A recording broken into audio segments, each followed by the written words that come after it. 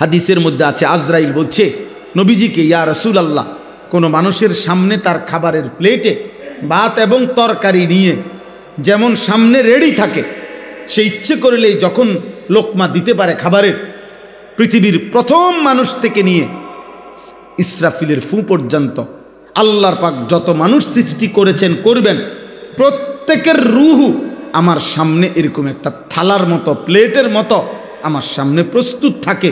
আল্লাহ যখনই হুকুম দেয় আমি তাকে খাবারের লোকমার মতো তুলে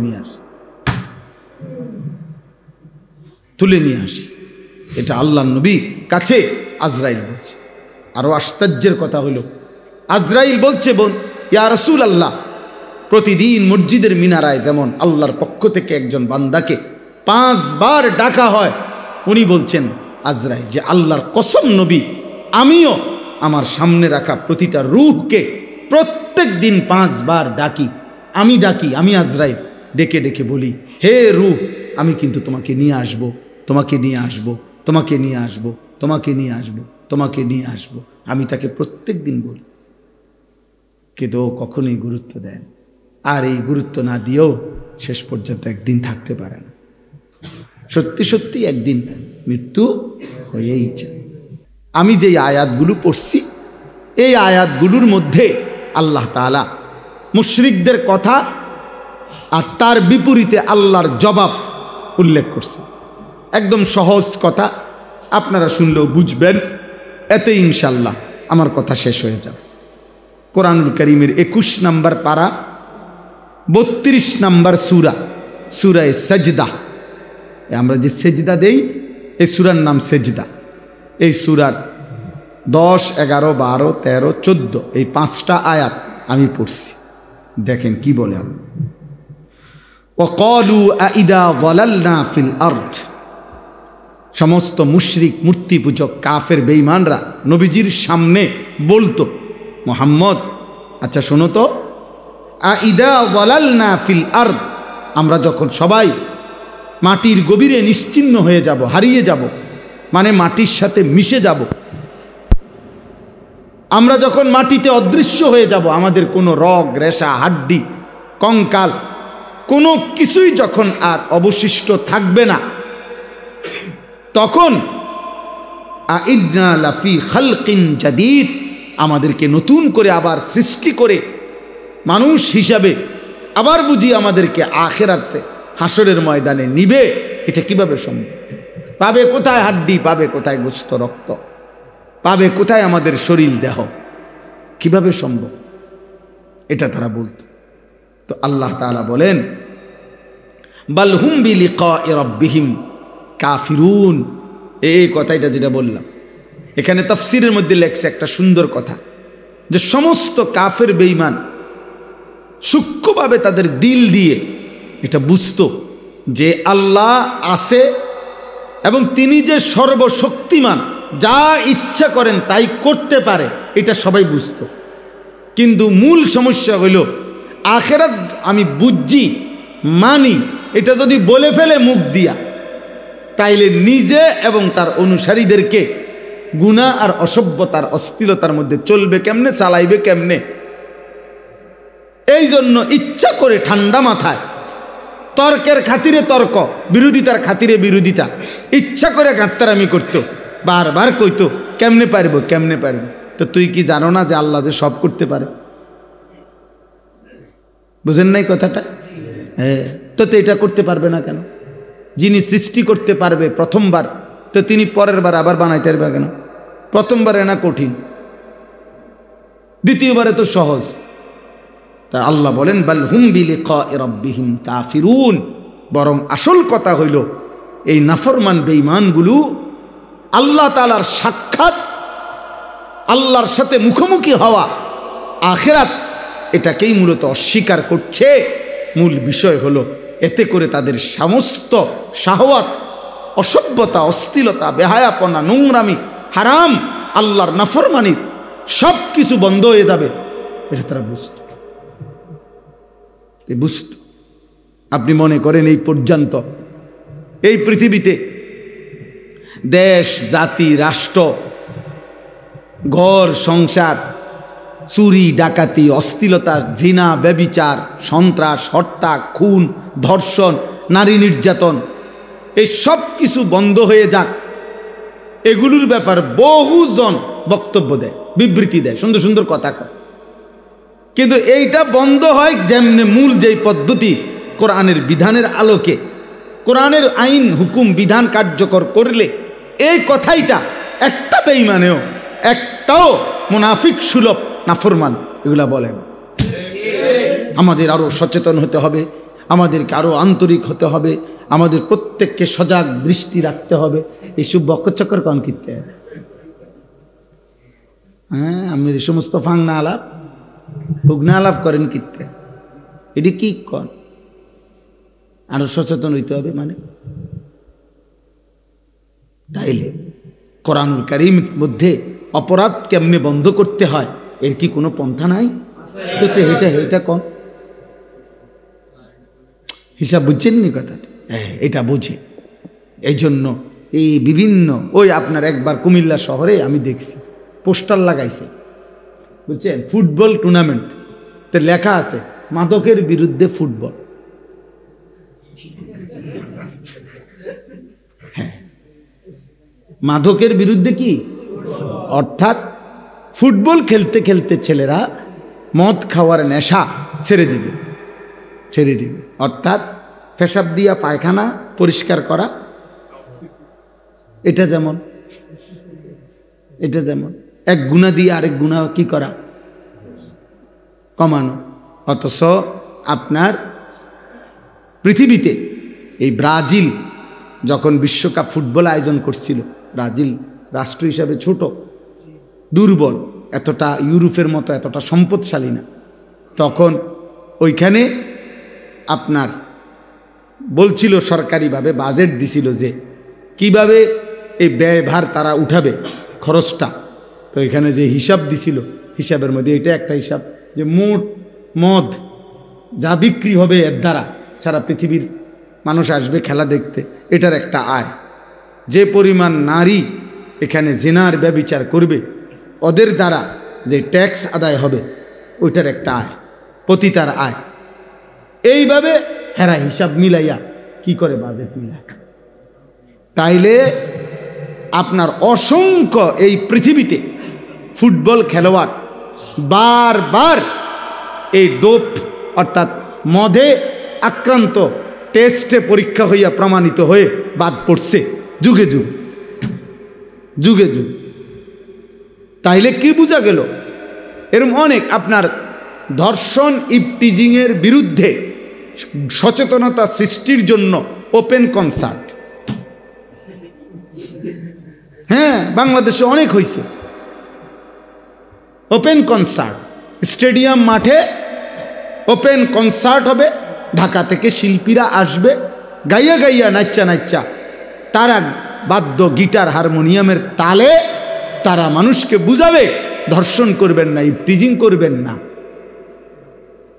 আর এটা দেখবে কে? দেখবে হলো ছেলে মেয়ে একসাথে, এখানে নাচবে, পরে ঠিক হয়ে যাবে।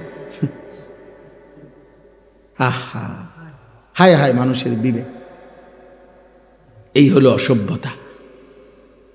তাহলে এই জন্য বললাম যে মূল বিষয়টা হলো এটা, আখেরাত মেনে নিলে, পরকাল মেনে নিলে এ আমরা কোথায় আটকায় আছি? আমি তো প্রায় বলি ওয়াজে, একজন ইমাম সাহেব 10,000 টাকা 8,000 টাকা 12,000 টাকা বেতন, সংসারের কি পরিমাণ টানা হেসরা, কত দিক থেকে যে অভাবে পড়ে থাকে, কষ্টে বাচ্চা কাচ্চা লইয়া চলতে পারে না। তো এই লোকটা কি ইচ্ছা করলে পৃথিবীর কোনো কাজ করতে পারবে না? ওই বোঝে না, সে সিএনজি চালাইলেও ডেইলি 1,000 টাকা থাকে, তো কি এটা বোঝে না? তাইলে সিএনজি চালাইতে হইলেও কি কুমিল্লা ভিক্টোরিয়া কলেজ থেকে পাস করতে হইব? অটো চালাইতে হইলে তো তাইলে হে বোঝে না এটা, এইটা বোঝে না যে 1 লাখ টাকা সুদে লাগাইলে কোনো রকম হ্যাঁ আস্তে আস্তে এরপরে 10,000 করে সুদ আইব, এটা বোঝে না। এটা লাগে কি ডিগ্রি লাগে, লুঙ্গি বিন্দুন না সুদকুর নাই, মূর্খ সুদকুর নাই, তো হাতি দিয়ে আরো দুনিয়া পুরোটা গ্যারাম জ্বালাইয়া কইলা করে লাইছে সুদ করে। তাহলে ওই কেমনে সুদ খায়? ওই আখেরাত ভুলে গেছে। তাহলে এই জন্য প্রত্যেকটা দিনদার মুত্তাকি পরহেজগার ইমাম বলেন, হুজুর বলেন, পাবলিকের মধ্যেও যারা, তারা যারাই কলিজার মধ্যে আখেরাত বুঝছে বুঝছে এটা করা যাবে না, এটা করা যাবে, কেউ না জানলেও আল্লাহ তাআলা থেকে আড়াল করা যাবে না, এই কথাইটাই। তো এই জন্য এখানে তো একটা আয়াত বললাম, মক্কার কুরাইশরা প্রতিনিয়ত নবীজিকে বলতো ওয়াদারাবা লানা মাসালান ওয়া নাসিয়া খালকা ক্বালা মান ইউহয়িল ইযামা ওয়া হিয়া রামীম। প্রতিনিয়ত বলতো মক্কার কাফের যে মুহাম্মদ আখিরাত হবে না, আল্লাহ করতে পারবে না। ফাকালাল কাফিরুনা হাদা শাইউন আজীব, কাফেররা বলতো এটা একটা আশ্চর্য বিষয়। আইদা মিথনা ওয়া কুন্না তুরাবান ওয়া ইযামান, কেমনে করবে আল্লাহ, মাটি হয়ে যাব, মাটির সাথে মিশে যাব আমরা, আমাদেরকে ফেরত আনবে কিভাবে আল্লাহ, এগুলো অসম্ভব। না না, তাদের কলজাটা যদি ছিঁড়ে চাইতো হেতে বুঝে আল্লাহ পারবে আসলে, কিন্তু আমি এটা কখন যেত না, এটা বলা যাবে না, বলা যাবে না। প্রত্যেকটা মুনাফিক, প্রত্যেকটা দুনিয়া লুভি মুসলিম পরিচয়ধারী মানুষগুলো জানে আল্লাহর কোরআনের এক একটা হুকুম কার্যকর হলে এই সমাজের মধ্যে অন্যায়, অপরাধ, অস্থিরতা জিরুতে চলে আসবে, কিন্তু বলবে না। হাজার হাজার মিটিং টিটিং আপনার সব কিছু হয়। আপনার একবার মনে করেন বরাদ্দ নিয়া আপনার পুকুর কাটার, আমরা ছোটবেলায় পড়ছি আর বইতে যে পুকুর কাটার বরাদ্দ নিছে, পুকুর চুরি, এটা একটা প্রবাদ আছে। তো অর্থ হইল বরাদ্দ নিছে পুকুর কাটবে এখানে, এখন পুকুর কাটে নাই, তো এখন বরাদ্দ খাইয়ে লাইছে পুরাটা, কথা বুঝছেন? আবার তদন্তে অভিযোগে কাগজ পাঠাইছে যে আপনি যে পুকুর কাটছেন এই কাগজপত্র, এগুলার বিল যতগুলা বাউচার এগুলা পাঠান। তখন সে আবার বিল পাঠাইছে, বাউচার পাঠাইছে, পুকুর কাটছিলাম। পরবর্তীতে জনগণ এই পরিমাণ আন্দোলন করছে যে জনগণের বাচ্চা কাচ্চা এখানে পড়া যায়, ক্ষতিগ্রস্ত হইতেছে, তাদের চাপে পড়ে আবার ওই পুকুর ফুরাই লাইতে হইছে। এখন এই বিলটা আমার বাকি, যেটা পুরাইছি যে দ্বিতীয়বারে, এখানের প্রায় আমি 10 লক্ষ টাকা বাকি, আমার এই টাকাটা দয়া করে যথাযথ কর্তৃপক্ষের দৃষ্টি আকর্ষণ করছি, আমার টাকাটা দিয়ে দিল বাংলাদেশ। বুঝেন নাই? আগেরটাও খাইয়া লাইছে, এখন আরেকটাও সমপরিমাণ চাচ্ছে। বিষয়টা কি? আখিরাত নাই, কোন হিসাবটা নাই। আল্লাহ তাআলা বলেন, এবার জবাব দিচ্ছেন, কুল, হে নবী আপনি এই বেঈমানদের কথার জবাবে বলেন, ইয়াতাওয়াফাকুম মালাকুল মাউতিল্লাযী ওয়াক্কিলা বিকুম, তোমাদের প্রত্যেকে মনে রাখবা আমি আল্লাহর পক্ষ থেকে নির্ধারিত ফেরেশতা মালাকুল মউত আজরাইল তোমাদের প্রত্যেকের জান কবজ করবে, তোমাদের জান কবজ করবে, প্রাণ হরণ করবে, তোমাদেরকে মৃত্যুর স্বাদ আস্বাদন করাবে। সুম্মা ইলা রাব্বিকুম তুরজাউন, হায় বান্দা এটা সত্যি সত্যি মনে রেখো, মানো কিংবা না মানো, হাসো আর কাঁদো, হালাল করো আর হারাম করো, গোলামি করো আর নাফরমানি করো, সকলেই আল্লাহর কাছেই ফিরতে হবে, আল্লাহর কাছেই ফিরতে হবে। অতএব আল্লাহ প্রথম জবাব দিছেন, হে নাফরমান, তুমি ইচ্ছা করলেও যদি সত্যিকারও না বুঝে থাকো তাইলেও বলছি, আর যদি বুঝেও না বুঝার ভান করে থাকো তবুও বলছি মৃত্যু হবে। কথা বোঝেন না? কেউ লোক যদি বুঝে মৃত্যু হবে তবুও মৃত্যু হবে, কেউ যদি বলে যে না আমি কোনোভাবেই মানি না মৃত্যু হবে, যেটা মানিয়ে না, তো তার আর মৃত্যু হইতো না। তার মানে বুঝো যদি বলো, না বুঝার ভান করো, আর যদি বাস্তবিকও না বুঝো তো সবাই শোনো, মৃত্যু আসবে। প্রথম কথা, মৃত্যু আসবে। আল্লাহ বলেন আমি একজন নির্ধারিত ফেরেশতা মালাকুল মউত, এই যে শব্দ, এটা আমরা মালাকুল মউত কই না, এই শব্দ কোরআনের শব্দ। কুল ইয়াতাওয়াফাকুম মালাকুল মউত, মালাকুল মউত আসবে, মৃত্যু দেবে। হাদিসের মধ্যে আছে, আজরাইল বলছে নবীজিকে, ইয়া রাসূলুল্লাহ, কোনো মানুষের সামনে তার খাবারের প্লেটে ভাত এবং তরকারি নিয়ে যেমন সামনে রেডি থাকে, সে ইচ্ছে করলেই যখন লোকমা দিতে পারে খাবারের, পৃথিবীর প্রথম মানুষ থেকে নিয়ে ইসরাফিলের ফু পর্যন্ত আল্লাহর পাক যত মানুষ সৃষ্টি করেছেন করবেন, প্রত্যেকের রূহ আমার সামনে এরকম একটা থালার মতো, প্লেটের মতো আমার সামনে প্রস্তুত থাকে। আল্লাহ যখনই হুকুম দেয় আমি তাকে খাবারের লোকমার মতো তুলে নিয়ে আসি, তুলে নিয়ে আসি। এটা আল্লাহর নবী কাছে আজরাইল বলছে। আরো আশ্চর্যের কথা হলো, আজরাইল বলছে, ইয়া রাসূলুল্লাহ, প্রতিদিন মসজিদের মিনারায় যেমন আল্লাহর পক্ষ থেকে একজন বান্দাকে 5 বার ডাকা হয়, উনি বলছেন আজরাইল যে আল্লাহর কসম নবী, আমিও আমার সামনে রাখা প্রতিটা রূহকে প্রত্যেক দিন 5 বার ডাকি। আমি আজরাইল ডেকে ডেকে বলি, হে রূহ, আমি কিন্তু তোমাকে নিয়ে আসব, তোমাকে নিয়ে আসব, তোমাকে নিয়ে আসব, তোমাকে নিয়ে আসব, তোমাকে নিয়ে আসব। আমি তাকে প্রত্যেক দিন বলি, কিন্তু কখনোই গুরুত্ব দেন। আর এই গুরুত্ব না দিয়েও শেষ পর্যন্ত একদিন থাকতে পারে না। সত্যি সত্যি একদিন মৃত্যু হয়েই যায়। কুল ইয়াতাওয়াফাকুম মালাকুল মাউতিল্লাযী বুক্খিলা বিকুম সুম্মা ইলা রাব্বিকুম তুরজাউন। এরপরে আল্লাহ বলেন, এবার হাসরের ময়দান, মৃত্যু তো হলো, এবার আল্লাহ বলেন যেটা তোমরা বলতে চাচ্ছ, হাসরের ময়দান।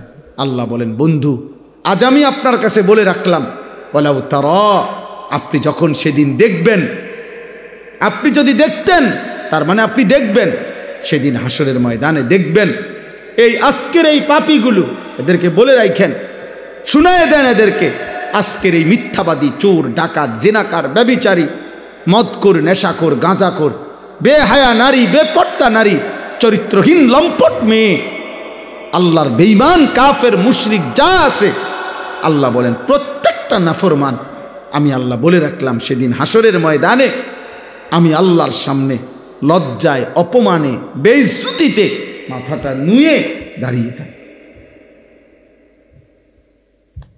না কিছু রুউসিহিম, মাথা নুয়ে, রব্বানা আবসারনা ওয়া সামি'না, আর বলবে আল্লাহ আজ আমি হাসরের ময়দান দেখলাম, জাহান্নাম দেখলাম, সব 2 চোখে দেখলাম, ওয়া সামি'না, আপনার কথাও শুনলাম, ফেরেশতার কথাও শুনলাম। আজকে আমি চোখে দেখে কানে শুনে নিশ্চিত হলাম আখিরাত সত্য, কবর সত্য, হাসর সত্য, এই হাসরের মাঠ সত্য, সব বুঝছি। অতএব ফারজি'না না'মাল সালিহান ইন্না মুকিনুন, আজকে যেহেতু পূর্ণ বিশ্বাস করেছি, অতএব আল্লাহ আমাকে এখন এই হাসরের মাঠ থেকে একটু কষ্ট করে আরেকবার দুনিয়ায় ফেরত পাঠান। আমি এবার গেলে আমি নেক আমল করব, কারণ এবার তো আমি চোখে দেখে গেছি, আমি এবার আর সংবং করতাম না, এবার আর আমি উল্টা পাল্টা করব না। কি সুন্দর আলাপ, আলাপের ডং বুঝিনি, আলাপের তাল বুঝছে। এই জন্য ভাই, এই একটা ছেলেকেও বলি, প্রিয় ছেলে মনে রাখো, তোমাদেরকেও বলি ভাই, আল্লাহর কসম, প্রতি ওয়াক্ত নামাজ তোমার মনে পড়বে আর পড়তে মন চাইবে, সেদিন আল্লাহর কাছে বলবে আল্লাহ একটা সেজদা দিতে দেন, আজ এই হাসরের ময়দানে একটা সেজদা দিতে দেন, একটা সুযোগ দেন, একটা সেজদা আপনারে দেই। আল্লাহ বলবেন ওয়ালাউ শি'না লাআতাইনা কুল্লা নাফসিন হুদাহা, এই নাফরমান, আমি তো চাইলে দুনিয়াতেই পারতাম প্রত্যেককে আমার আনুগত্যের উপরে রাখতে, আমি পারতাম, এটা আমার পক্ষে এটা সম্ভব। সম্ভব? কথা বলে না কেন? সম্ভব। আল্লাহ বলেন আমি তো প্রত্যেকটা সৃষ্টি মাখলুক মানুষকে আমার সেজদা দেওয়াইতে পারি, আমার সেই সক্ষমতা আছে। আমি আল্লাহ তো দুর্বল না, আমি তো আলা কুল্লি শাইইন কাদির, গোটা কায়নাত তো আমার, রোদ আমার, বৃষ্টি আমার, সূর্য আমার, চাঁদ আমার, আলো আমার, অন্ধকার আমার, বাতাস আমার, অক্সিজেন আমার, হৃদয় স্পন্দন আমার, খাবারের লোকমা আমার, পানি আমার, সবই আমার। আমি তো পারি, আমি পারতাম। কিন্তু চিন্তা করেন তো, যদি আল্লাহ বাধ্য করে আমাদেরকে দিয়ে সেজদাই দেওয়াইতেন, তাইলে পুরস্কারে কি, পরীক্ষায় কি, জান্নাত জাহান্নাম কি আর বুঝেন নাই? তাহলে আর হিসাব কি, বিচার কি, হাসরের মাঠ কিত্ত, এটা তো আল্লাহ বাধ্য করাইই আমাগরে সেজদা করাইছেই অটোমেটিক। তাহলে এখানে আলাদা পুরস্কার কি? এখন আপনি এই লাইট, তাকে বলেন যে তুমি সন্ধ্যা থেকে যেহেতু জ্বলেছ, তোমার এই মহান অবদানের জন্য তোমাকে 10টা টাকা দিলাম, তো এই লাঠিটা কেমন নিব? এটা পুরস্কার, এটা তো আপনার আমার হাতের বাধ্য। আমি তাকে না বন্ধ করিলে অথবা ইলেকট্রিসিটি না গেলে তার বাপেরও তো ক্ষমতা নাই, সে নিজে বন্ধ হবে। তাহলে আল্লাহ বলেন আমি চাইলে তো এমন করতে পারতাম, আমি আনুগত্য নিতে পারতাম, সেজদা দেওয়াইতে পারতাম, কিন্তু তখন তো আর হাসরের ময়দানও লাগতো না, বিচারও লাগতো না, পুরস্কার আর শাস্তির আলাদা পার্থক্য দরকার ছিল না। কিন্তু আমি যে সিদ্ধান্ত নিছি, ওয়ালাকিন হাক্কাল কাউলু মিন্নি, কিন্তু নাফরমান বান্দা আমি সিদ্ধান্ত নিছি, আমার ফায়সালা করে ফেলছি, আজকে এই হাসরের ময়দান লা আমলা আন্না জাহান্নামা মিনাল জিন্নাতি ওয়ান নাসি আজমাইন, আমি আল্লাহ তোর মতো নিকৃষ্ট নাফরমানের কোটি কোটি পাপী মানুষ এবং জিন দিয়ে আজ আমি আমার জাহান্নাম পূর্ণ করব। আজ আমি ছাড়ব না বান্দা, আজ মাফ করার দিন না, আজ বিচার করার দিন। দুনিয়া আমি মাফ করব বলেছিলাম, আমি কত হাজারবার বলছি, কত লক্ষবার বলছি, আমি 90 বছরের গুনাহ মাফ করে দেব, পাহাড় পরিমাণ গুনাহ মাফ করে দেব, কিন্তু তুমি তো আমার পাত্তা দাও না। আমি তো বলছি বান্দা ফিরে আসো, তওবা করো, তওবা করো, তওবা করো, তওবা করো, গুনাহ ছাড়ো, গুনাহ ছাড়ো, গুনাহ ছাড়ো, বন্দেগী করো, সেজদা করো। কত ইমাম, কত খতিব, কত মুয়াজ্জিন, কত আলেম, কত পীর, কত মাশায়েখ, কত বাবা, কত দাদা, কত নেককার মানুষ বলছে, বান্দা তুমি তো পাত্তাই দিলাম। আজ তো মাফ করার দিন না, আজ তো হিসাবের দিন, আজ তো বিচারের দিন। অতএব আজ হাসরের ময়দানে মাথা যতই নোয়াও না কেন, আর দুনিয়ায় যেতে পারবা না, আজ তোমার মতো নাফরমান দিয়ে জাহান্নাম পূর্ণ হবে। ফাজুকু বিমা নাসিতুম লিকা ইয়াউমিকুম হাদা। আল্লাহ বলবেন, হে নাফরমান, সেদিন দুনিয়ায় থাকতে আজকের আখিরাতকে তুমি ভুলে গেছিলা, অতএব জাহান্নামের আযাব ভোগ করো। ইন্না নাসিনাকুম, আজ হাসরের মাঠে আমি আল্লাহ তোমাকে ভুলে গেলাম। সেদিন তুমি আমাকে ভুলে গেছিলা, আজ আমি তোমাকে ভুলে গেলাম। যা যা নাফরমান, তোর আব্বারে তুই ডাক, এখন তোর কোন বাপ আছে আজ হাসরের ময়দানে ডাক। তোর না অনেক নেতা আছে, কর্মী আছে, দল আছে, তোর না সাফাতি আছে, রামদা আছে, চাইনিজ কুড়াল আছে, তোর না ফুলায়ন আছে, ডাক, এগুলারে ডাক। তোর মাস্তান্ডি কই, ডাক। আজ আমি ভুলে গেলাম। অযুকু আযাবাল খুলদি বিমা কুনতুম তা'মালুন। এই শেষ কথা হলো, আল্লাহ বলেন, অতএব তোমার সারা জিন্দেগীর নাফরমানির বিনিময়ে, তোমার পাপের বিনিময়েই আজ তুমি অনন্তকালের আযাব জাহান্নাম ভোগ করো। শেষ কথা। অতএব ভাই বন্ধু, প্রত্যেকের কাছে অনুরোধ, আমি অনুরোধ করছি, দয়া করে কেউ বাড়াবাড়ি করেন। ছেলে বলো, যুবক বলো, তুমিও বুড়া হয়ে যাবে আব্বা। তোমার আগের যারা বুড়া এখন তোমার সামনে, ওনারা যুবক ছিলেন, ওনারা এমন শক্ত সামর্থ্য ছিলেন বাবা। আজ যারা কবরে বৃদ্ধ, তারাও যুবক ছিল। এই বয়স পার না করে তো আর কেউ বৃদ্ধ হয় নাই। অতএব অহংকার না করে, বাবা, চাচা, ভাই, আমি, আপনি, পর্দার আড়ালের মা বোন, চলেন সবাই একথা চেষ্টা করি, হৃদয়ে যেন আখেরাত বসে। আখেরাত এটা ধীরে ধীরে চেষ্টা করলে সম্ভব, সম্ভব। আলহামদুলিল্লাহ, এমন অগণিত যুবক, কালকে পরশু দিনও আমার এক যুবক বলছে, হুজুর আলহামদুলিল্লাহ, আল্লাহর দয়া, আলেমদের সোহবতে এখন নারী দেখলে, হারাম ছবি দেখতে প্রচণ্ড, যে পায়খানা পেশাবের প্রতি এতটা ঘৃণা লাগে না, এতটা ঘৃণা লাগে। আলহামদুলিল্লাহ। 2-4 জন বাটপার সিটার ফোলা হয় না, যদি মনে করে যে মানুষ নাই, কোটি কোটি মানুষ আছে বেটা, কয়জন লাগবে তোমার? চরিত্রবান মানুষ দেখবা, চলো আমার লগে সব। তুমি পাইবা কই থেকে? তোমার লগে তুমি অসৎ হইলে তুমি ভালো মানুষ খুঁজে পাইবা কই? তুমি দেখো নারীর ছবি, তো তোমার লগে এর চাইতে আল জিন্স ইয়ামিলু ইলাল জিন্স, আরবি ভাষার প্রবাদ, যে যেমন চরিত্রের তো সে ঝুঁকেও ওই চরিত্রের দিকে। এই জন্য কোরআনে আল্লাহ বলছে, আয-যানি লা ইয়ানকিহু ইল্লা যানিয়াতান আও মুশরিকা। যত পুরুষ ব্যভিচারী, আল্লাহর কোরআনে আল্লাহ বলছে তার স্ত্রী জুটবে আরেকটা ব্যভিচারিণী নারী অথবা মুশরিক। আজকে পড়ছি আমি কিতাবে, নবীজি বলছেন, মান জানা ও শারিবাল খামরা ওফো, আল্লাহর নবী বলেন যে ব্যভিচার করে, জিনা করে এবং নেশা পান করে মদ, নাজা আল্লাহু মিনহুল ঈমান কামা ইয়াখলাউল ইনসানু আল কামিসা মিন রাসিহি। আল্লাহ তাআলা ওই নাফরমান, ওই মদখোর আর জিনা করে ভেতর থেকে ঈমানটা এভাবে বের করে ফেলে, কোনো মানুষ তার মাথা দিয়ে তার শরীর থেকে পাঞ্জাবি জামা যেভাবে খুলে ফেলে,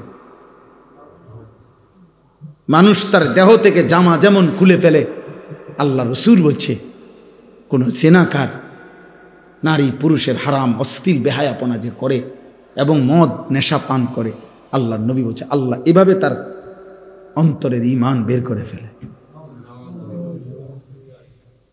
এই জন্য চলো ভাই, একজন বুঝুক, একজনই হোক, কোনো অসুবিধা নেই। কোথাও একজন হবে, কোথাও 10 জন হবে। আল্লাহ তাআলা আমাদের প্রত্যেককে ঈমান, আমল, আখিরাতের ফিকির দান করেন। আজকের এই মজলিস কবুল করেন। এই জন্য প্রত্যেকের এটা উচিত এই কথা চিন্তা করা যে আমার তো আল্লাহর কথা শোনা দরকার, আমার আখিরাত সুন্দর করা দরকার। এই জন্য জনপ্রিয়তার দিকে না তাকিয়ে বরং আল্লাহর কথা শুনবার প্রতি যদি কারো আন্তরিকতা হয়, তাইলে বাস্তবিক অর্থেই জীবনটা সুন্দর হয়। কিন্তু আমাদের এই বেটা কথা বলো না, একদম চুপ। আমাদের দেশে আপনার মনে করেন জনপ্রিয়তার একটা মোহ মানুষ, অর্থাৎ কেউ একজন যদি একটু আল্লাহর ইচ্ছায় পরিচিত হয় তো এখন সব কিছুতে উনারে দরকার, সব ব্যাপারে। ফলে অনেক বেশি প্রেসার ভোগ করতে হয়, কষ্ট হয়েছে। আমি ব্যক্তিগতভাবে এই জন্য অনেক বেশি পেরেশানি বোধ করি যে অনেককেই প্রতিনিয়ত বুঝাইতে চেষ্টা করি যে নিজ নিজ মসজিদের ইমাম সাহেবের কথা, নিজ নিজ মহল্লার ওলামায়ে কেরামের কথা আপনারা শুনেন, আরও শুনেন, কারণ আমার তো দরকার আখিরাত। এই যে আপনি এটা বন্ধ করেন, মোবাইল এটা, এই বইয়া আকাম করতে আসে, এটা ঘুরান কীর্তেন। এই জন্য এটা খুব দরকার। কোনো বক্তা খুব পরিচিত না অপরিচিত, এটাতে আপনি কি করবেন? আপনার কি কাম? কাউকে সারা সবাই চিনলে বা না চিনলে আপনার ফায়দা কি? আমার আখিরাত কি হবে এটা না দেখার বিষয়, আমার পরকাল কি হবে, আমি মহান আল্লাহ পাকের সামনে দাঁড়ালে আমার হিসাব দিতে পারবো তো? এইটা হলো একটা বড় বিষয়। আজকে আমরা দুনিয়াবি বিষয়েও যেমন খ্যাতি এবং মোহের পিছনে দৌড়াই, আখিরাতের বিষয়েও আমাদের এই অবস্থা। শুধু জনপ্রিয়তা, যে কোনোভাবে পরিচিতি হওয়া, যে কোনোভাবেই না, আসলে তো যে কোনোভাবেই হোক মানুষ চিনল কিন্তু আখিরাতের মুক্তি মিলল না, তো কি হবে? সারা দেশ চিনল জানলো কিন্তু মালিক চিনল না, মালিক নিল না, আল্লাহ তাআলা মাফ করলো না, তো কি হবে? এত হবেটা কি? ফামান যুহজিহা আনিন নার ওয়া উদখিলাল জান্নাহ ফাকাদ ফাজা। কোরআন শরীফে আছে, আল্লাহ তাআলা বলেন হাসরের দিন যাকে জাহান্নাম থেকে মুক্তি দেওয়া হলো এবং জান্নাতে প্রবেশ করানো হলো সেই কেবল সফল হলো, সেই সফল হলো। ওমাল হায়াতুদ দুনিয়া ইল্লা মাতাউল গুরুর। দুনিয়ার জীবন যাই হোক, আল্লাহ বলছে দুনিয়ার সব আয়োজন ধোঁকা, মাতাউল গুরুর, ধোঁকা। এখানের হাসিটাও ধোঁকা, কান্নাটাও ধোঁকা। যে হাসে সে কিছুক্ষণ পরে কাঁদবে, যে কাঁদে সে কিছুক্ষণ পরে হাসবে। আলো দেখে যে উৎফুল্ল একটু পরে অন্ধকার আসবে, অন্ধকার দেখে যে আতঙ্কিত একটু পরে আলো আসবে। অসুস্থতায় যে পেরেশান একটু পরে সে সুস্থ হবে, সুস্থতায় যে উল্লসিত আনন্দিত একটু পরে সে অসুস্থ হয়ে যাবে। এই বাস্তবতা। এখানে প্রতিনিয়ত অবস্থা পরিবর্তনশীল। দুনিয়া সব কিছু, শরীর, স্বাস্থ্য, জীবন, যৌবন, সুস্থতা সব কিছুই পরিবর্তনশীল। মিনিটের মধ্যে অনেক কিছু এলোমেলো হয়ে যায়। সাজানোর অনেক পরিকল্পনা 1 মিনিটে 10 মিনিটে তছনছ হয়ে যায়, তছনছ হয়ে যায়। অনেক দিনের স্বপ্ন আকাঙ্ক্ষাও এলোমেলো হয়ে যায়। এই জন্য ভাই তোমরাও বাবারাও, একজন হোক 10 জন, আমার জীবনটা আমি এটা সব সময় বলি যে কোনোভাবেই ব্যক্তি বিশেষের কোনো জনপ্রিয়তার দিকে ব্যস্ত হওয়া ঠিক না, বরং আমার আখেরাত। এক মুমিনের ঈমানের মূল ভিত্তি 2টা, আল্লাহ এবং আখেরাত। এই জন্য কোরআনুল কারীমের মধ্যে বারবার আছে, নবীজির হাদিসে বারবার আছে, মান কানা ইউমিনু বিল্লাহি ওয়াল ইয়াউমিল আখির। আল্লাহ তাআলা বলছে ইন্নামা ইয়ামুরু মাসাজিদাল্লাহ মান আমানা বিল্লাহি ওয়াল ইয়াউমিল আখির। সব জায়গায় আল্লাহ কোরআনে, নবীজি হাদিসে বলছে আল্লাহর প্রতি যার ঈমান আছে, আখিরাতের প্রতি যার ঈমান আছে, এই 2 জিনিস যার হৃদয়ে আছে তার জীবন সুন্দর হয়, তার আখলাক সুন্দর হয়, তার সব চলাফেরা, তার বুঝ বুদ্ধি কথাবার্তা সব সুন্দর হয়, তার ভিতরে ভিন্নতা বোঝা যায়। সে শুধু কেবল দুনিয়া নয়, তার যে অন্য কোনো ফিকির আছে এটা বোঝা যায়, তার কথাবার্তা, চুল, চেহারা, তার আচরণ সব কিছুতে, যে সে অন্য কিছুর প্রতি অস্থির। তাহলে এই বুঝ, এই বুদ্ধি আল্লাহ এবং আখেরাত দিবা নিশি ওলামায়ে কেরামের এই ওয়াজ নসিহতের মেহনতের মাকসাদ এটা। আল্লাহকে চিনেন, আখেরাতকে বোঝেন, আখেরাতকে বোঝেন। আখেরাতের বাঁধন থেকে যে বিচ্ছিন্ন, পরকাল, কবর, আখেরাত, হাসরের মাঠ, এই বিষয়টা যে বোঝে না বা ভাবে না, অথবা এই আলোকে সে নিজেকে সাজায় না, ও আসলে কোনো মানুষ না। এটা সত্য। আখেরাত যার দিলে নাই, পরকাল যার দিলে নাই, যার জীবনে পরকালীন অনুভূতি নাই, যে কোনো কথা কাজ চলাফেরা উঠা বসাতে, ওই মূলত জানোয়ার, ও মূলত হাইওয়ান, চতুষ্পদ জন্তু, যে শুধু খায়, ঘুমায়, পেশাব পায়খানা করে, লজ্জাস্থানের চাহিদা পূরণ করে, হাসে কাঁদে। মানে সে শুধু দৃশ্যমান এই দুনিয়া ভোগ করে, এই নগদ কিছু পায়, পাইলে হাসে, না পাইলে কাঁদে, পাইলে ভাল লাগে, না পাইলে অস্থির লাগে, চাহিদা পূর্ণ হইলে তৃপ্ত হয়, চাহিদা পূর্ণ না হইলে অশান্তি হয়, এই আর কি। সব মিলাইয়া দুনিয়া, সব মিলিয়ে দুনিয়া। কে আল্লাহ, কে সৃষ্টিকর্তা, কে বানাইলেন, কোত্থেকে আসলাম, কোথায় যাব, কে মা, কে বাবা, কি ধর্ম, কি ইসলাম, কোনো কিছুর যার পরোয়া নাই। এবারে সে যুবক হোক, বৃদ্ধ, ওই জানোয়ার, ওই মূলত হাইওয়ান, ওই চতুষ্পদ জন্তু। এটাই বাস্তব। ইনসান বলে তাকে যে হালাল হারামের পার্থক্য বোঝে, উচিত অনুচিতের পার্থক্য বোঝে। তাইলে এই জন্য বললাম হালাল হারামের পার্থক্য যার মধ্যে নাই, ও জানোয়ার। এই জন্য জানোয়ারের স্বভাব এটা, যে যার মধ্যে কোনো হালাল হারামের পার্থক্য। মাকেও দেখে, মোবাইলের নারীও দেখে, সালামও দেয়, গালিও দেয়, হালাল টাকাও নেয়, সুদের টাকাও নেয়, মদও খায়, মধুও খায়, তার মানে সব রকম। ও মূলত আসলে ইনসান না। এজন্য একটা জিনিস কোরআনুল কারীমের মধ্যে সবচেয়ে বেশি কুরাইশদের, কাফেরদের, মুশরিকদের, মূর্তি পূজকদের বড় বেশি আপত্তি ছিল আখিরাত নিয়ে, যে মুহাম্মদ এইগুলো কি কও, মরে যাব, আবার আমাদেরকে কবর থেকে উঠাবে, হাসরের মাঠ হবে, বিচার হবে, আমলনামা হবে, ওজন হবে, রিকিতা, এগুলো কি কও, এগুলো তো বুঝলাম না। এই কথাগুলোই তাদের প্রতিদিনকার বিরোধিতার বস্তু ছিল। কোরআনুল কারীমের শত শত আয়াত আছে, ঘুরে ঘুরে ওরা এটাই কইত, মূর্তি পূজক কাফের, যে বিষয়টা কি, কি বলতেছ, আখিরাত কি, আবার পরকাল কি, মৃত্যু পরে হিসাব হবে, মৃত্যুটা বুঝতো, এটা তো দেখে মরে গেছে। কিন্তু এর পরের যা কিছু নবী বলছেন, আল্লাহ বলতে চাইছেন, এটা তারা মানতে চাইত না। এই জন্য প্রতিনিয়ত এর বিপরীত যুক্তি দিত।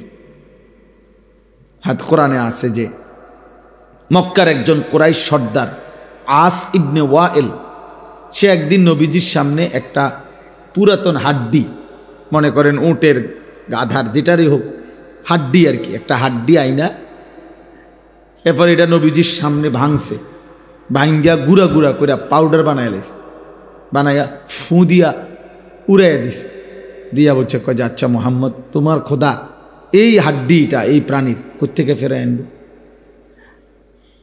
আনবো কেমনে? এটা তো আমি উড়াইয়াই দিলাম, গুড়া করে পাউডার বানাই নিলাম, এটা পাইব কই? এই তারা বলতো যে মোহাম্মদ মনে করো এখানে 500 বছর আগের কারো কবর ছিল, এখন সেখানে কবরও নাই, কবরের চিহ্নও নাই, মাটির অস্তিত্বও নাই, এখানে খাল হয়ে গেছে, ওখানে নদী হয়ে গেছে মনে করেন। তো তাহলে তো বোঝা গেল এখানে কবর, লাশ, মাটি কিচ্ছুর অস্তিত্ব চিহ্নও নাই, তো ওই বেটারে করতে আনবো, ওই বেটা কু। এইভাবে প্রতিনিয়ত তাদের বক্তব্য ছিল এটা। কোনোভাবেই, আর দোস্ত আমি দেরি করব না, অল্প কথা, তাইলে কোনোভাবেই তারা আখিরাতকে বুঝতে চাইত না। একটা মানুষের জীবনের সবচেয়ে বড়, শয়তানের সবচেয়ে বড় চেষ্টা, মানুষের জেহান থেকে, বুদ্ধি বিবেচনার থেকে যদি আখিরাত সরাই দিতে পারে, তাকে দিয়ে যা মন চায় সাই করানো যায়, তাই করানো সম্ভব। এই যে সমস্ত ছেলেরা দেখেন এক ওয়াক্ত নামাজ পড়ে না, এদের কারণটা কি? এর আল্লাহ জানে না? জানে। এদের কলিজায় আখিরাত নেই। আল্লাহ আছে, এরা জানে, আল্লাহকে তারা জানে, চিনে। কোরআন শরীফে আছে, আল্লাহ বলছে পৃথিবীর নবী যেই কোনো মুশরিক মূর্তি পূজককে আপনি জিজ্ঞেস করেন মান খালাকাস সামাওয়াতি ওয়াল আরদ, আসমান জমিন কে সৃষ্টি করেছে, ফাসায়াকুলুনা আল্লাহ, আল্লাহ বলে বন্ধু, তারাও বলবে যে আল্লাহই মানে।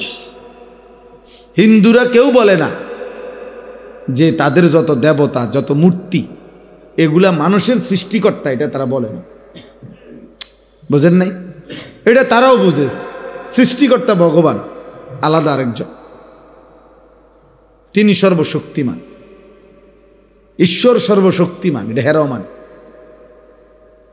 হেরাও মানে। এজন্য মূলত আখিরাত, পরকাল, হাসরের মাঠ, আল্লাহর সামনে মুখোমুখি হওয়া, আমার জীবনের প্রতি মুহূর্ত রেকর্ড হচ্ছে, হিসাব হবে, আমার সাথে একটা আমলনামা দেয়া হবে, ওই আলোকে আমার আজকের কর্মকাণ্ডের বিচার হবে। এই কথাগুলো যদি শয়তান দিবানিশি চেষ্টা করে, যার দিল থেকে যদ্দূর সরাইতে পারছে তার দ্বারা ততটুকু গুনাহ করাইতে পারছে, এই এলো মূল হিসাব।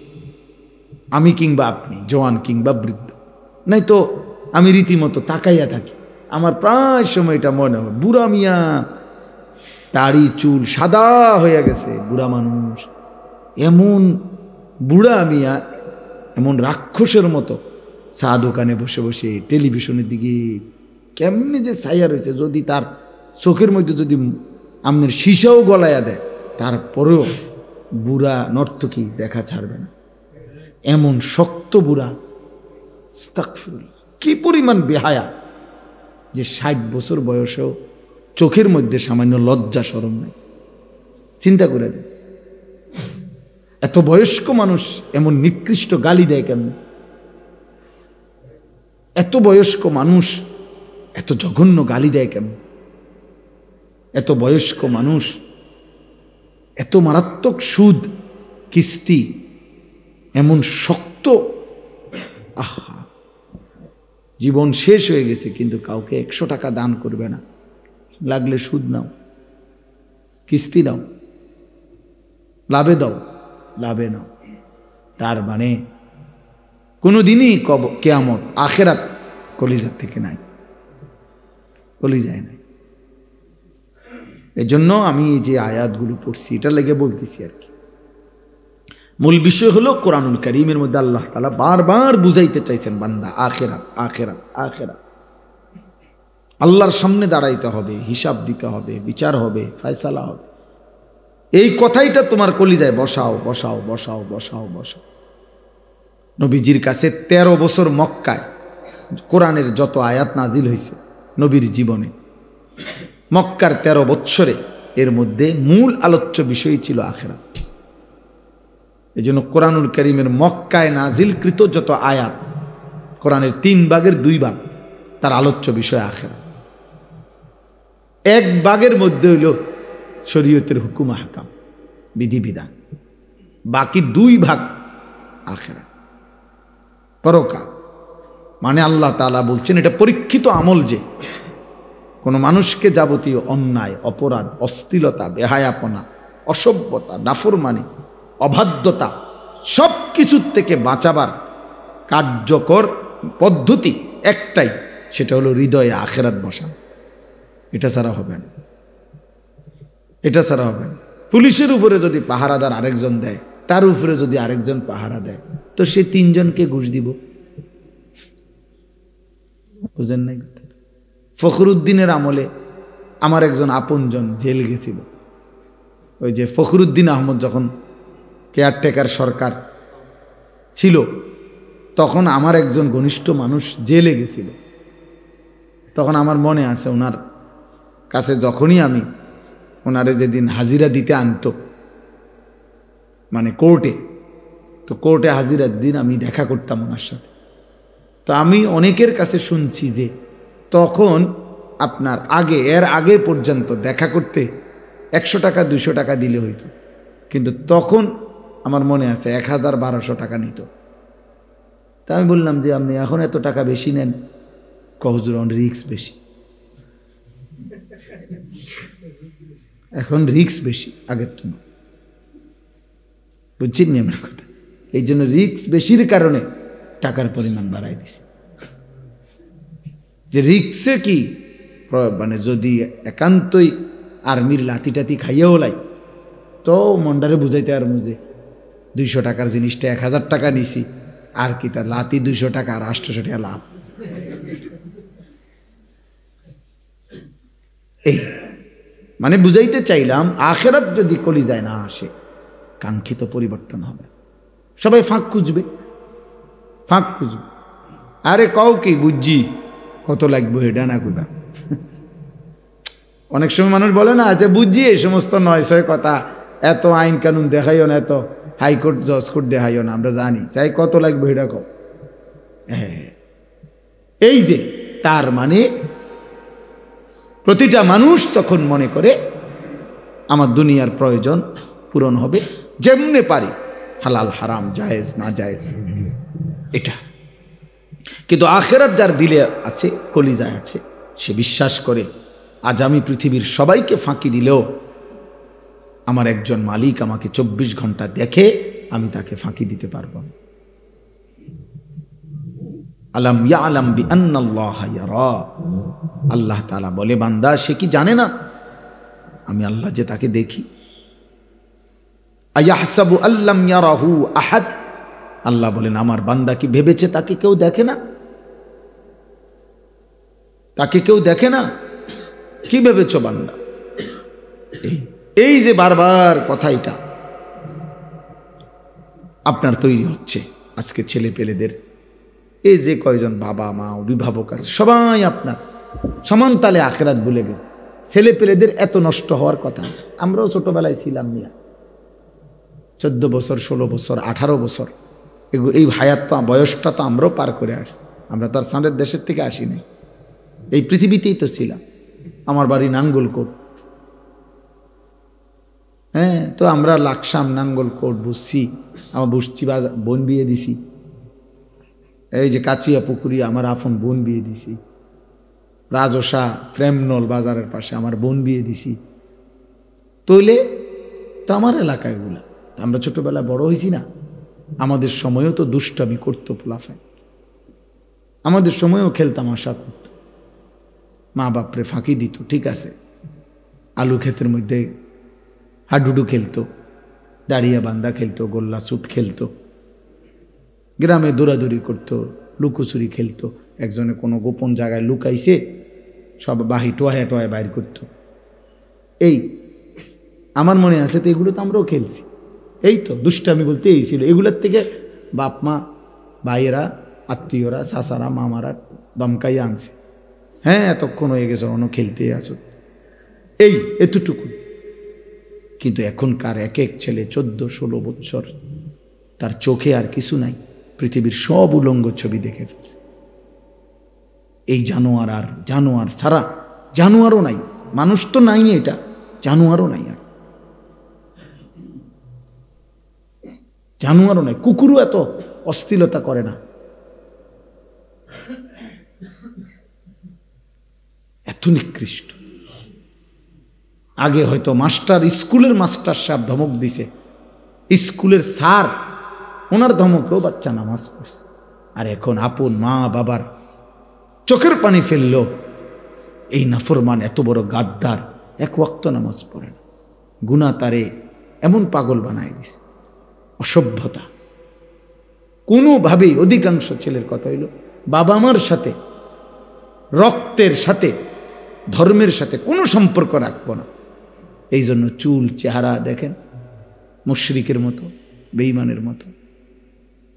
কোনো ক্রিকেট খেলোয়াড়, কোনো ফুটবল খেলোয়াড় তার পছন্দ, অথচ যতগুলো খেলোয়াড় আছে প্রত্যেক খেলোয়াড় যখনই কোনো পুরস্কার গ্রহণ করে অধিকাংশই তার সাথে কোনো অবিবাহিত নর্তকী বান্ধবী আরেকটা মেয়ে তার সাথে থাকে, সেও হাততালি দেয়। তখন সে মনে করে একে সেলিব্রিটি, এ হলো তারকা, স্টার। তার মানে ওই সে তখন বোঝে যে যারা বড় তারকা হয় তারা এরকম কোনো না কোনো মেয়ের সাথে অশ্লীলতা করে। তার মানে একই সাথে সে খেলোয়াড়কে নয় বরং জিনার ব্যভিচারকেও শিখতেছে। আজকে এলাকাকে এলাকা, মাদ্রাসার যে কয়টা বাচ্চা আমরা পড়াই, কি যে কষ্ট হইতেছে বিশ্বাস করেন ধরে রাখতে, পোলাটারে মাদ্রাসায় ধরে রাখতে। কারণ সে যখন বাড়ির যায় তার দেখে তার স্বাস্থ্য জ্যাঠতো ভাই, মামতো, ফুফাতো ভাইয়ের যদি 13 জন হয় সমবয়সী, তার 12 জন, সে ছাড়া 11 জনের হাতেই মোবাইল। এই ছেলেটা তখন আর পারে না, তারে আর ধরে রাখা যায় না, খুব আর কুলানো যায় না। কোনো না কোনোভাবেই সে চুরি করে হইলেও মোবাইল দেখে, নারী দেখে, ছবি দেখে, নাটক। ওই যে ওই অপদার্থ হাসে, এই দেখেন মাতালে হাসে, দেখছেন মসজিদ, এই দেখেন চেহারা। মানে ছোট মানুষ বুঝতেছে সে যে আমার ঘরে কয়, হ্যাঁ হ্যাঁ বাবা আমি বুঝি তো, আমরা ছেলে পেলেদের বোঝেন, ও বুঝে যে আমাকে বলে।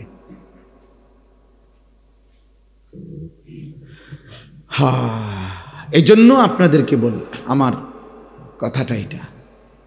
বাকি তো দিন তো থাকবে, ইসলাম তো থাকবে, আল্লাহর কোরআনও থাকবে, হাফিজও হবে, আলেমও হবে, আখেরাতও হবে, জান্নাতও হবে, সবই হবে ঠিক মতো। আল্লাহ তাআলা সবই রাখবেন, কিন্তু হয়তো আমি ব্যর্থ হব, আমি লাঞ্ছিত হব, অপমানিত হব। সেদিন হাসরের মাঠে আমার মাথাটা নুয়ে যাবে, আমি অপমানিত হব, আমি বেইজ্জতি হব। ওই বাবা মাও বেইজ্জতি হবে যাদের অধীনস্থরা আল্লাহর নাফরমানি করে গেছে, আর তারাও নিজেরাও অপমানিত হবে।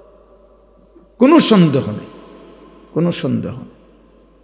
এই জন্য আমি ব্যক্তিগতভাবে মৌলানা আব্দুস সালাম আমাদের প্রিয়, আমারে বলতেছে হুজুর মাহফিলের ইন্তজাম এমনি হয়েছে, এমনি হয়েছে, কষ্ট হয়েছে, আয়োজন হয়েছে। আমার একটা বক্তব্য, আমি কোনো সুযোগ হাতছাড়া করি না, বলার কোনো সুযোগ। একেবারে 20,000 মানুষ হোক, 20 জন হোক, 50,000 হোক, 5 জন হোক, বলার প্রতিটা সুযোগ কাজে লাগানো দরকার। কারণ এই বলার দ্বারা ইনশাআল্লাহ আমার নেকি হবে, আল্লাহ চাইলে। এটাও আমার আমল, আল্লাহর কথা বলা একটা আমল না, তো এটা নেকি আছে না? তো কেউ আমল না করুক তো কি হইছে?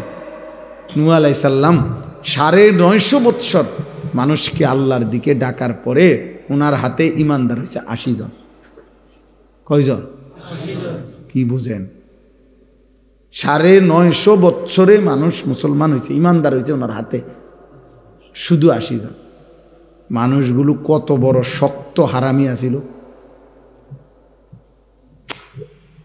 হ্যাঁ, কত শক্ত হারামি আছিল মানুষ। 950 বছরে 80 জন মাত্র কালেমা।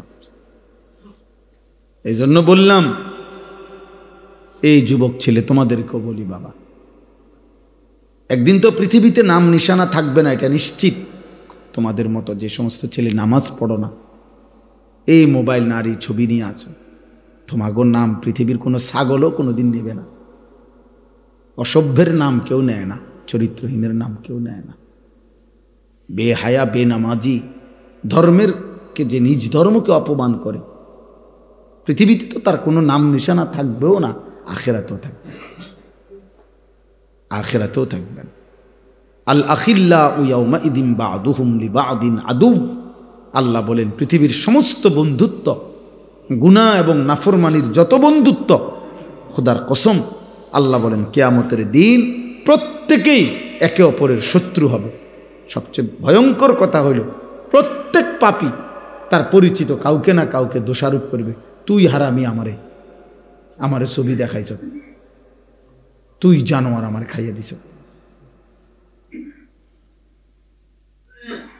তুই আমারে শেষ করে দিছ।